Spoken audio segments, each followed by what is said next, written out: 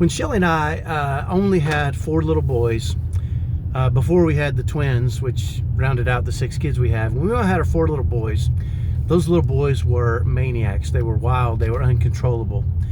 And Shelly at one point had heard that if you read to your kids at night, it'll settle them down and get them ready for bed. So we started trying that, and didn't really work very well for us, but it did create, and I remember alert us to something pretty extravagant, and I want to share that with you today. So Shelly and I at one point decided to read Alice in Wonderland to our kids. And you know, it like I said, it wasn't going well. They were busybodies. They really weren't willing to sit down and listen.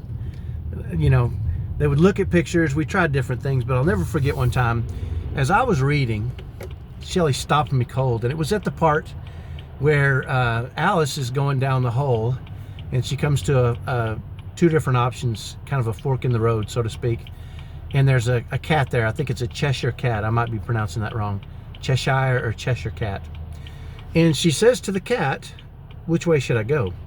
And the cat says, "Well, that all depends on where you want to end up." And she said, "Well, I don't really know where I want to end up." And then he said, "Well, it doesn't really matter which way you go then." And I remember Shelly in that moment said, "Stop, stop, stop, stop." And I was like, what? And she said, "You know what? I'm not sure.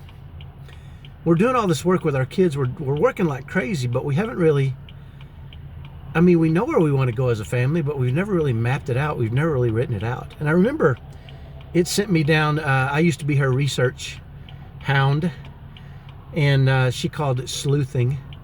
And I remember doing some studying and finding out what led to happy families and what led to dysfunctional families. And we ended up taking a piece of paper and drawing a line right down the middle. And on one side, we wrote what not to do, and what we thought if we kept doing the things we were doing, what we were going to get. And on the other side, we wrote what to do and the things we were going to change about our parenting styles and what we were doing. And I remember it was really, it created a profound difference in our family, because it made us more intentional. And instead of being so reactive to everything, we became more proactive and creating strategies to manage the difficulties in our family. So anyway, we called it our family success map. I still have a copy of it today. And by the way, the first family success map we created, the one we ended up with, is not that map. It's a lot different, but the principles are still there and made a profound difference for us. So anyway, I thought that was interesting. Talk to you next time. Bye-bye.